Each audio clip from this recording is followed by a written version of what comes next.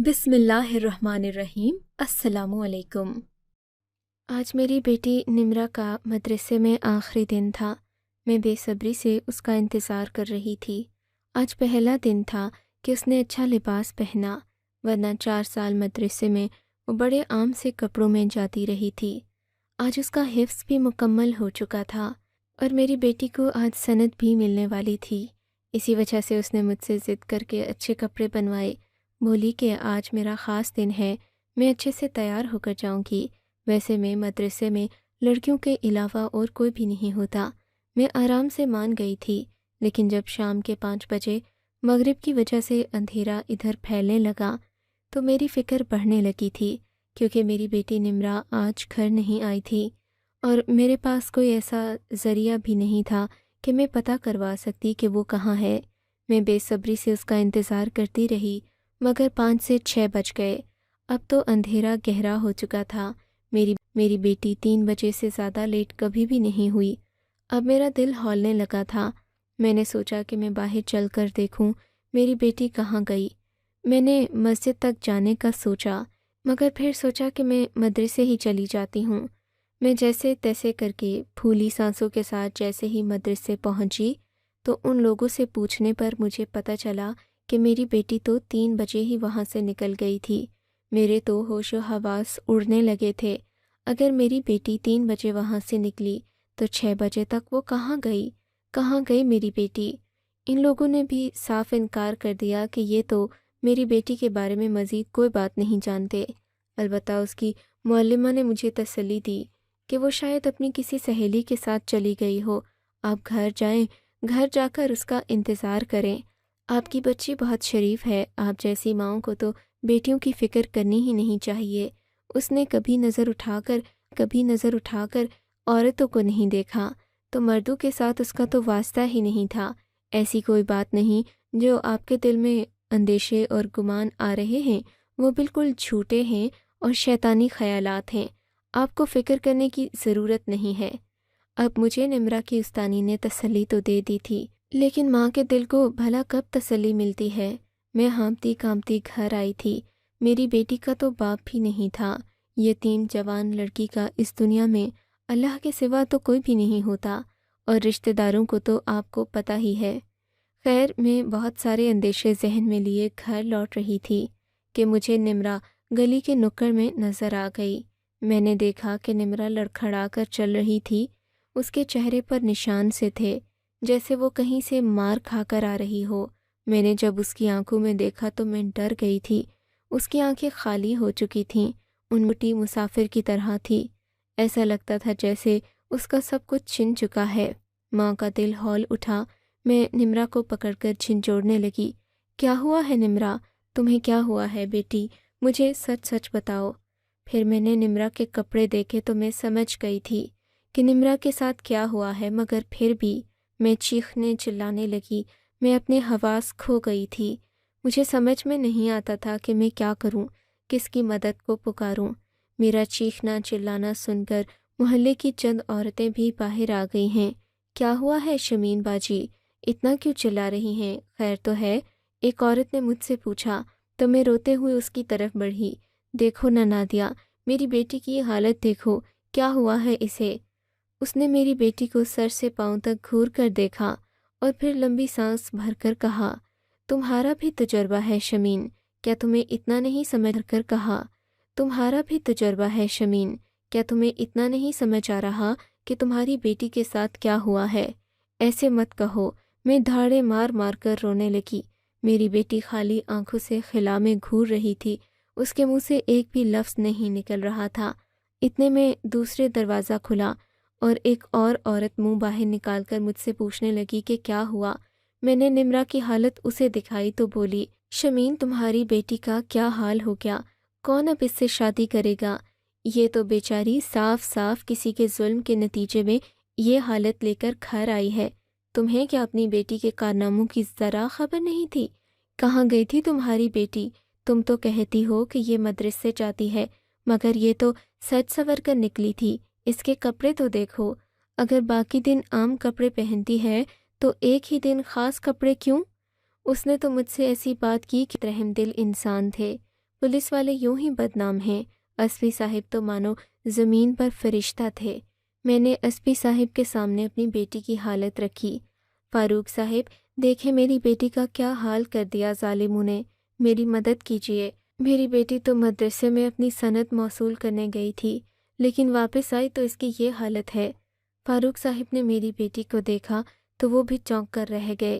بیٹھو بیٹا، اندر آؤ، انہوں نے میری بیٹی کے سر پر دلاسا دیتے ہوئے کہا تھا۔ میری بیٹی اندر جا کر بیٹھ گئی، مگر وہ اب کوئی روبوٹ لگ رہی تھی، انسان تو معلوم ہی نہیں ہو رہی تھی۔ فاروق صاحب نے میری بیٹی کے سر پر دلاسا دے کر پوچھا، بیٹا کیا ہوا ہے تمہارے ساتھ؟ مجھے سچ سچ بتا دو، میں تمہارے لیے کھڑا ہوں، تمہارے لیے لڑنا میرا کام ہے، بس تم مجھے ان درندوں کے نام بتا دو جنہوں نے تمہارا حال کیا۔ نمرا نے یہ سنا تو بس تم مجھے ان درندوں کے نام بتا دو جنہوں نے تمہارا حال کیا۔ نمرا نے یہ سنا تو پھوٹ پھوٹ کر رونے لگی۔ وہ مجھ سے لپٹ گئی اور بولی، اماں میں اب کسی کام کی نہیں رہی ہوں، میرے لیے یہ دنیا اب قبرستان بن چکی ہے، قبر کھودو اور مجھے دفنا دو۔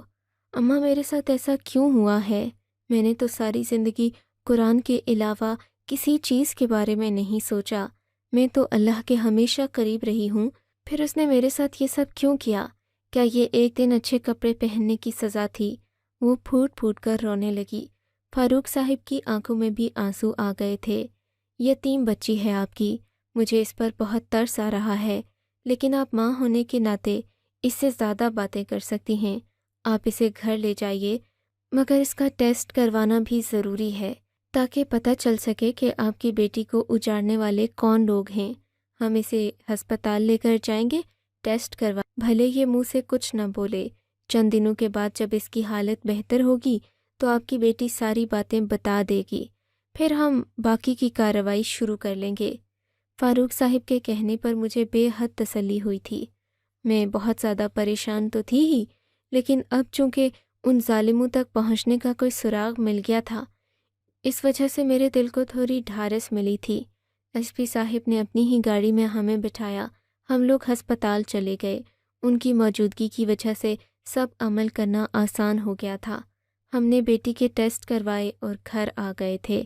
ایس پی صاحب نے مجھ سے کہا کہ تم بیٹی کی خاطر چپ مت رہنا، ہمیشہ مائیں یہی کرتی ہیں کہ ان کے ساتھ ظلم ہو جائے تمہاری عزت کے خاموش رہتی ہیں، ایسی عزت کا کیا جو آپ کو گھٹ گھٹ کر جینے پر مجبور کر دے۔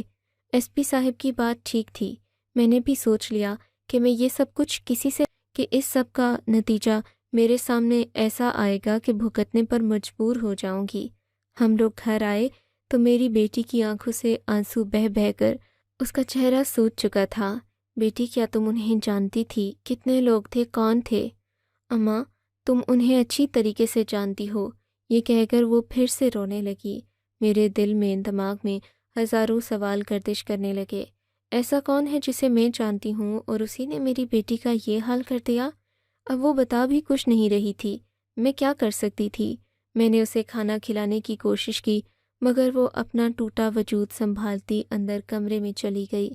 میرے دل میں اتنی ہمت نہیں ہو رہی تھی کہ میں جا کر اپنی بیٹی کو تسلی دوں۔ میری بیٹی کا کردار صاف اور شفاف تھا، اس نے آج تک ایسی کوئی چیز نہیں کی تھی جس پر مجھے ماں ہونے کے ناطے افسوس ہوتا یا پھر اندیشہ ہوتا کہ میری بیٹی کے ناطے افسوس ہوتا یا پھر اندیشہ ہوتا کہ میری بیٹی کہیں کسی ماحول میں پڑھ کر خراب ہو جائے گی۔ میری بیٹی نے ہمیشہ اللہ کا نام لیا تھا، وہ ایسی لغو باتوں سے دور رہتی تھی جن میں آج کل کی لڑکیاں پڑھ کر خود کو برباد کر لیتی ہیں۔ پھر میری بیٹی کے ساتھ ایسا کیوں ہوا؟ میں سوچ ہی رہی تھی، سوچتے سوچتے مجھے نیند آ گئی۔ پتہ نہیں چلا کہ کب صبح کے 6 بج گئے۔ میں جلدی جلدی اٹھی۔ سب سے پہلا خیال میرے دل میں نمرا کا آیا تھا۔ میں نمرا کے کمرے میں جانا چاہتی تھی، مگر اس کے کمرے کا دروازہ بند تھا۔ میں نے دروازہ کھولنے کی کوشش کی، دروازہ تو کھل گیا، مگر سامنے والے منظر نے مجھے حیران پریشان کر دیا تھا۔ آنکھوں سے آنسو جاری ہو گئے تھے۔ نمرا کسی بے جان پرندے کی طرح بیڈ پر پڑی تھی۔ مجھے لگا کہ شاید وہ تھک گئی ہوگی، بخار آ گیا ہوگا، لیکن جب میں نے اسے ہلا جلا کر دیکھا تو میرے دل پر ایک قیامت ٹوٹ پڑی تھی۔ میں اس کے ہاتھ پاؤں ملنے لگی، دل کی دھڑکن مگر بند ہو چکی تھی۔ مجھے لگا کہ میری بیٹی نے خودکشی کر لی ہے۔ یہ ایک اور سانحہ تھا جس نے مجھے ہلا کر رکھ دیا۔ میں فاروق صاحب کے گھر گئی، انہیں بتایا کہ میری بیٹی نے خودکشی کر لی ہے۔ انہوں نے مجھ سے تفصیلات پوچھیں، مگر ان سارے سوالوں کے جواب دینے پر انہوں نے یہی بتایا کہ آپ کی بیٹی نے خودکشی نہیں کی، ڈر، خوف اور دکھ کی وجہ سے اس کی موت واقع ہو گئی ہے۔ میرے دل کو تو جیسے دورے پڑنے لگے تھے۔ میں اللہ سے دعا کرنے لگی کہ میری بیٹی کی بجائے مجھے اٹھا لیا ہوتا، مگر میں ایسی سخت جان تھی کہ بیٹی کا غم، شوہر کا غم، نہ جانے کتنے غم لیے اسی دنیا میں رہ رہی تھی۔ مجھے کچھ نہ ہوا تھا۔ میں گھر آئی، میری آنکھیں اب خالی ہو چکی تھیں، شاید کہ آنسو خشک ہو گئے تھے۔ میں نے آ کر اپنی بیٹی کو ایک چادر میں لپیٹ دیا تھا، فجر کی نماز پڑھی، پھر محلے والوں کو اطلاع دے دی کہ میری بیٹی اس دنیا سے جا چکی ہے۔ یہ اطلاع ملنا تھی کہ آس پاس کی کچھ عورتیں میرے گھر میں تعزیت کرنے کے لیے آ گئیں۔ کچھ نے تو میرے ساتھ ہمدردی کی، مگر زیادہ تر عورتوں کے تاثرات عجیب سے تھے۔ پڑوس والی نادیہ چل کر بولی، میں نے تمہاری بیٹی سے ایک بار کہا کہ میری بیٹی سے دوستی کر لو۔ کہنے لگی کہ میں ایسی خراب لڑکیوں کے ساتھ ہاتھ نہیں ملاتی، دوستی تو دور کی بات ہے۔ دیکھو اب بیچاری کا اپنا کیا حال ہو گیا۔ خدا کسی سے ایسے جملے نہ بلوائے۔ تمہاری بیٹی تھی اچھی، مگر بیچاری کے چال چلن اسے لے ڈوبے۔ مجھے تو تم پر ترس آ رہا ہے کہ تم ایسی بیٹی کے ہوتے کیسے زندہ رہ پاتی۔ شکر کرو کہ وقت پر تمہاری جان چھوٹ گئی، ورنہ آگے پتہ نہیں تمہیں کیا کیا دن دکھاتی۔ صبر کیے رکھا کیونکہ میں صرف اللہ پر یقین کرتی تھی۔ میں نے اب اپنی بیٹی کا کفن دفن بھی کرنا تھا، مگر وہ ساری عورتیں تو مجھے پلاؤ اور بریانی کا پوچھ رہی تھیں۔ یہ عجیب رسم ہے، ایک گھر میں جنازہ ہو جائے، وہاں غم ہو تو حدیث میں آتا ہے کہ 3 دن تک وہاں کچھ نہیں پکتا، لیکن یہاں عجیب رسم ہے، جس گھر میں جنازہ ہو جائے لوگ وہیں سے بریانیاں اور پلاؤ ڈھونڈ رہے ہوتے ہیں۔ میں نے تو ان عورتوں سے صاف کہہ دیا کہ میں غریب عورت ہوں، بیوہ ہوں، میری بچی یتیم تھی، میرے پاس تم لوگوں کو کھلانے کے لیے کچھ نہیں۔ نادیہ منہ پر ہاتھ رکھ کر بولی، ہاں ہائے شمین، تمہیں رسم و رواج کا کچھ خیال ہے؟ یہ سب تو بہت ضروری ہوتا ہے۔ تمہیں کم از کم گھر آئے مہمانوں کے سامنے یہ بات نہیں کرنی چاہیے۔ تم خود سوچو کہ اگر تم کسی کے گھر جاؤ تو تمہیں کیسا محسوس ہو۔ مجھے اس وقت کچھ نہیں سوچنا۔ یہ کہہ کر میں گھر سے نکل گئی۔ مجھے کفن دفن والی عورت ڈھونڈنا تھی جو میری بیٹی کے جنازے کو غسل دے سکے اور کفن میں لپیٹ سکے، کیونکہ یہ کام بھی بہت طریقے سے کیا جاتا ہے، ہر کوئی ایسا نہیں کر سکتا۔ مگر ہر جگہ ڈھونڈنے کے بعد مجھے کہیں کوئی نہیں ملا۔ میں غم کی ماری گھر واپس آ گئی۔ کچھ عورتیں میری بیٹی کا جنازہ اٹھانے کے لیے آگے بڑھیں، بولیں کہ ہم غسل دے دیں گے، لیکن تم دیکھ لینا، اس کے جنازے میں تمہیں بہت مشکلات ہوں گی، یہ تو مر کر بھی تمہارے لیے بے چینی کا ذریعہ بن گئی ہے۔ مجھے ان عورتوں کی باتوں پر کوئی یقین نہیں تھا، کیونکہ میں اپنی بیٹی کی پاکیزگی خود گواہ تھی۔ بہرحال میری بیٹی کو غسل دیا گیا۔ تھوڑی دیر کے بعد جن عورتوں نے غسل دیا وہ باہر آئیں، کانوں کو ہاتھ لگانے لگیں، توبہ توبہ، تمہاری بیٹی اگر زندہ بھی رہتی تو کسی کام کی نہ رہتی شمین، تم نے تو اپنی بیٹی کو کھلے عام چھوڑ رکھا تھا۔ مجھے تو ایسا لگتا ہے کہ تمہاری بیٹی کے ساتھ بلا وجہ یہ ظلم نہیں ہوا، یہ بھی ان لوگوں کو جانتی ہوئی ہوگی جنہوں نے اس کا یہ حال کر کے چھوڑا ہے۔ تم خود سوچو، کوئی کسی انجانی لڑکی سے کیوں راہ چلتے الجھے گا؟ میں حیران تھی کہ یہ لوگ مجھے بیوہ سمجھ کر کتنے شفاق ہو گئے ہیں۔ یہی اگر ایک امیر کی بیٹی کے ساتھ ہوتا تو سب لوگ ہمدردیاں جتانے آتے، لیکن کیونکہ میں بیوہ تھی، میرے پاس دینے کے لیے بریانی اور پلاؤ نہیں تھا، تو ہر کوئی میرے اوپر ہی باتیں کر رہا تھا۔ میں نے بس ایک ہی جملہ کہا تھا کہ جس نے بھی یہ ظلم کیا اس سے اللہ پوچھے گا۔ تھوڑی دیر کے بعد محلے کے مرد بھی باہر جمع ہو گئے، لیکن سب کی آنکھیں خالی تھیں کیونکہ گھر میں کھانے کے لیے کچھ نہیں پکا تھا۔ میں باہر آئی تو میں نے ایک ذمہ دار شخص سے بات کرنے کی کوشش کی کہ میری بیٹی کے جنازے کا انتظام کیا جائے بھی رہتا تھا۔ میری بات سن کر اصغر صاحب نے صاف سر ہلا دیا۔ میں آپ کی بیٹی کا جنازہ پڑھانے کے بارے میں سوچ بھی نہیں سکتا شمین، جنازہ پڑھانے کا کیوں نہیں سوچ سکتے آپ؟ معصوم مر گئی ہے، اب تو بخش دیں اسے۔ ہم تو بخش دیں گے مگر خدا کیسے بخشے گا؟ تمہاری بیٹی نے صرف اپنا ہی نہیں مدرسے میں جانے والی لڑکیوں کا نام خراب کیا ہے۔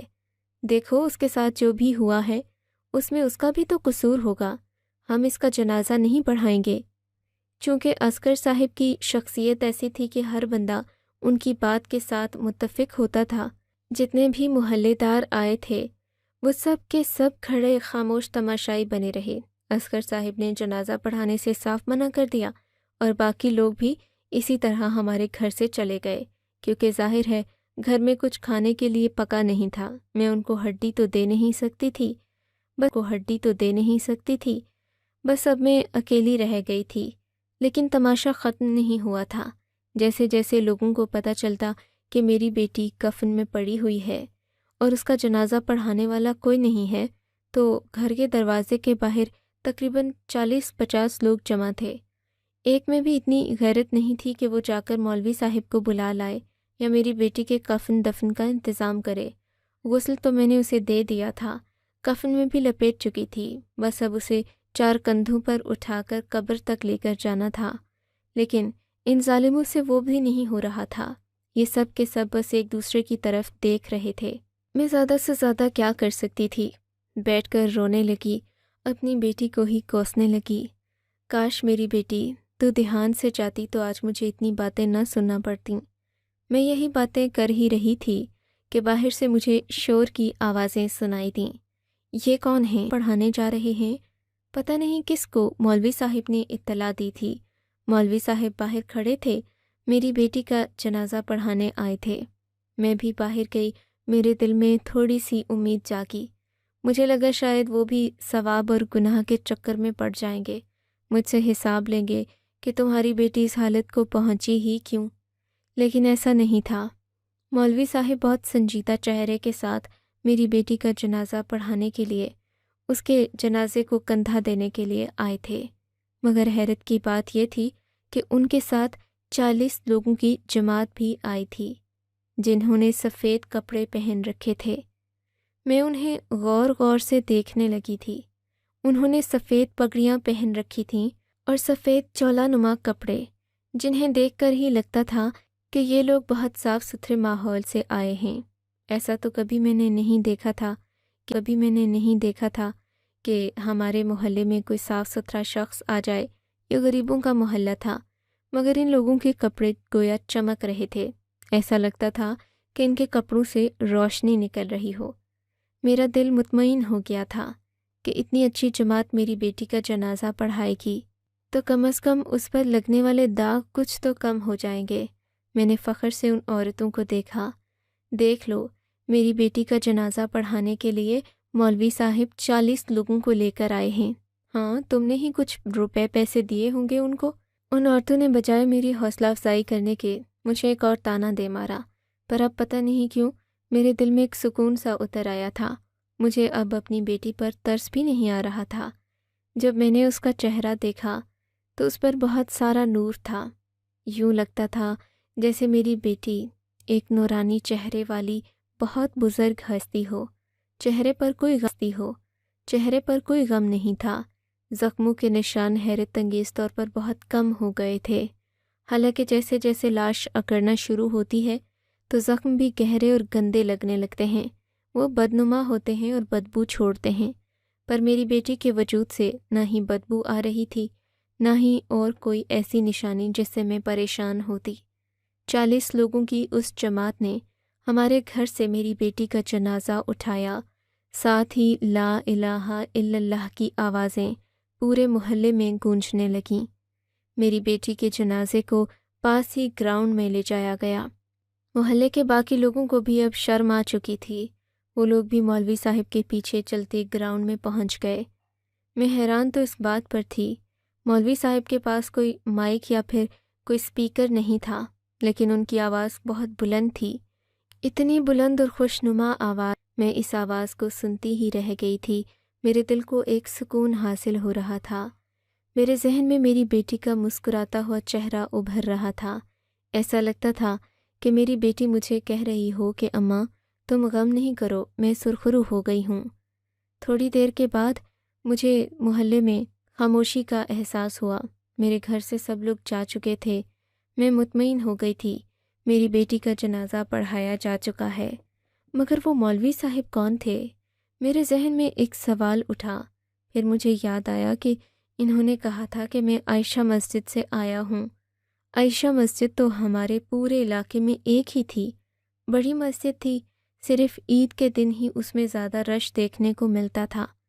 میرے ذہن میں بہت سارے خیالات آ رہے تھے کہ میں جا کر مولوی صاحب کا شکریہ ادا کروں اور ان سے بات کروں کہ انہوں نے میری عزت رکھ لی، شکریہ ادا کروں اور ان سے بات کروں کہ انہوں نے میری عزت رکھ لی، ورنہ آج کل سب لوگ بس خاموش تماشائی بنے رہتے ہیں۔